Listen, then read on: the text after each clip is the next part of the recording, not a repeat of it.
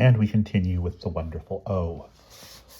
When the dawn came up, the Au, whose sails were black as raven wings, could no longer be seen from shore, even by the sharpest eye and strongest glass.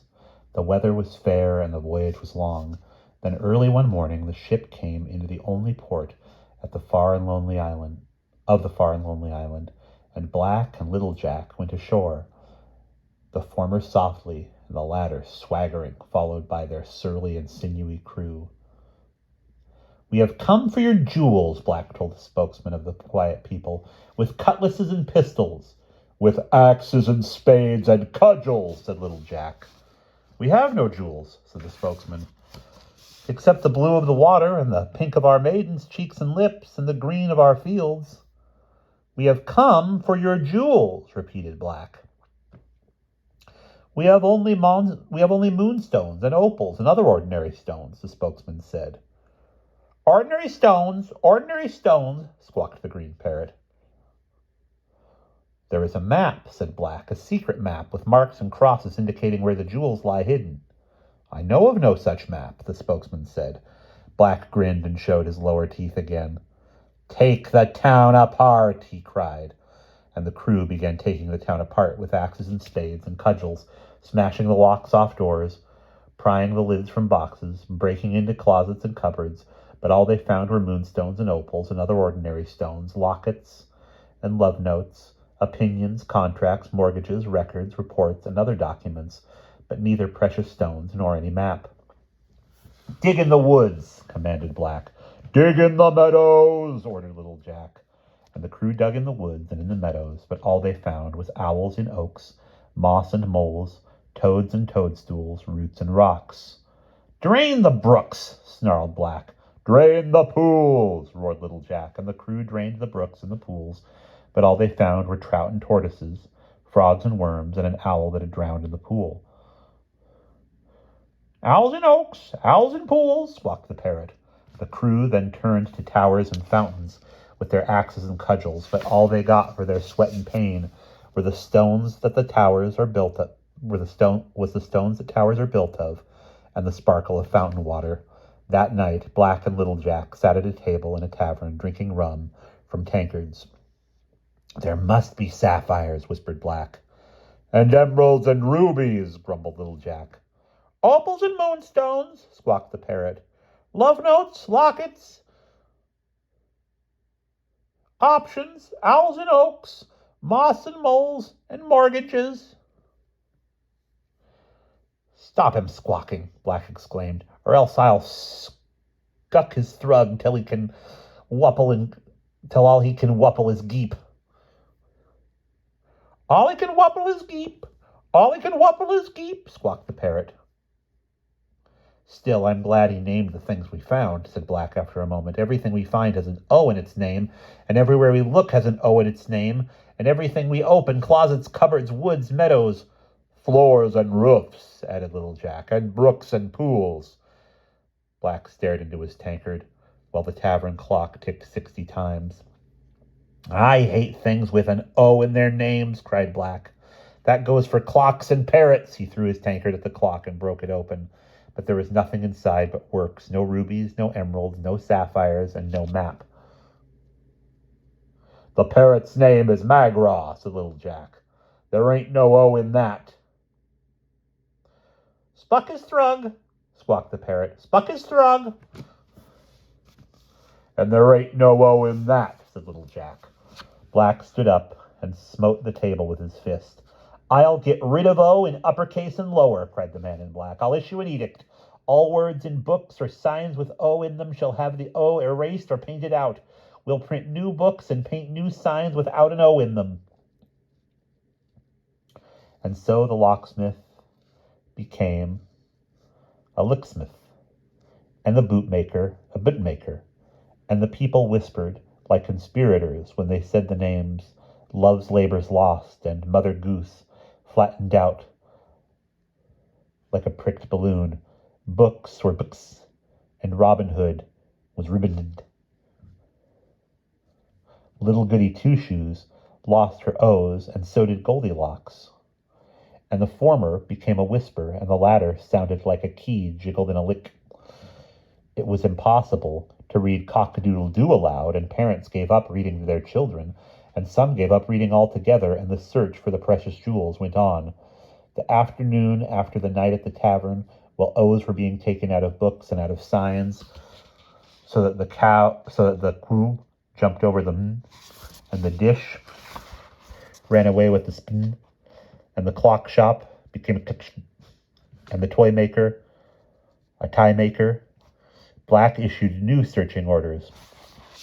"Look in violins and cellos," he commanded. "Look in trombones, horns, and oboes," thundered Little Jack. And the crew looked in violins and cellos, trombones, horns, and oboes, piccolos, and banjos, finding nothing, for nothing, came out of them except music. That night in the tavern, after his 13th pint of rum, Black began to sing a ditty in a voice that had the timbre of a buzzard's. "I won't go down the horrible street to see the horrible people. I'll gladly climb the terrible stair that leads to the terrible steeple, and the terrible bats and the terrible rats and the cats in the terrible steeple. But I won't go down the horrible street to see the horrible people." As he sang, the taverners stared at him, and then they left their drinks unfinished, paid for them, and slunk away into the night. "Methinks the people have a loathing for your voice and for your song," said Little Jack. "I'll take away from them," said Black, "everything that plays and has an O." And so the following morning the crew went from house to house, seizing violins and cellos, trombones, horns, and oboes, pianos, harpsichords, and clavichords, accordions, and melodeons, bassoons and saxophones, and all the other instruments with O's, up to and including the woodwinds. A man and his wife, who loved to play duets on mandolin and glockenspiel, drifted apart. Children, forbidden the use of combs, could no longer play tunes on combs with tissue paper. The crew spent the afternoon breaking up an old calliope they had found rusting in a field and taking apart a carillon. "All they have is fifes and drums and cymbals," gloated Black. "And zithers and guitars," said Little Jack, "and dulcimers and spinets, and bugles, harps, and trumpets." "Much good they'll get from them," said Black, "or any others. I haven't finished with the O's in music. In harmony and melody, that is, and compositions, they'll have no score, and what is more, no orchestra or podium or baton, and no conductor. They can't play symphonies or rhapsodies, sonnets or concerti. I'll take away their oratorios and choirs and choruses and all their soloists, their baritones and tenors and sopranos, their altos and contraltos and accompanists. All they'll have is the funeral march, the chant and anthem and dirge and certain snatches." "They'll still have serenades," said Little Jack. Black made an evil and impatient gesture. "You can't serenade a lady on a balcony," he said, "if there isn't any balcony. Let them hum their hymns and lisp their litanies." Black's eyes began to glow as he named names that would have to go. Scherzo, largo, and crescendo, allegro, and diminuto. Let the lyric writers have their night in June. Much good it'll do 'em without the moon. He crushed an imaginary moon in his hand. At least the people cannot dance the polka, or the shotzi, or gavotte. I wish they mourned their loss here on R, but they do not." "R?" asked Little Jack. "I've taken the O's out of Uru," Black explained. "Isles with O's in their names are few and invariably unlucky, such as the Isle of Lyonesse, which sank into the sea. I've made a list of isles still standing, none of which has a trace of O.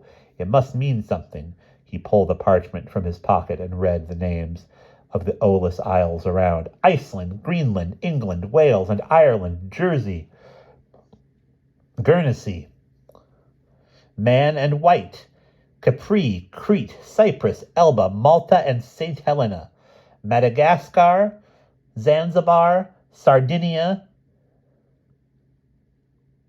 St. Helena and Elba, said little Jack. We're not too lucky for Napoleon. Napoleon Bonaparte, said Black, was born on Corsica. His bad luck started there. And then he resumed the reading of his list.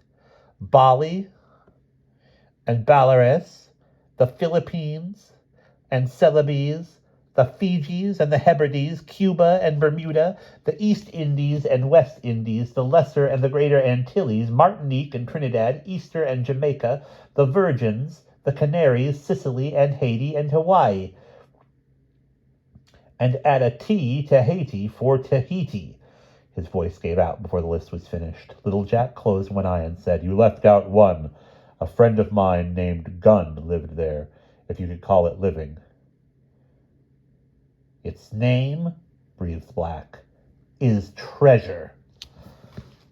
And we will stop there.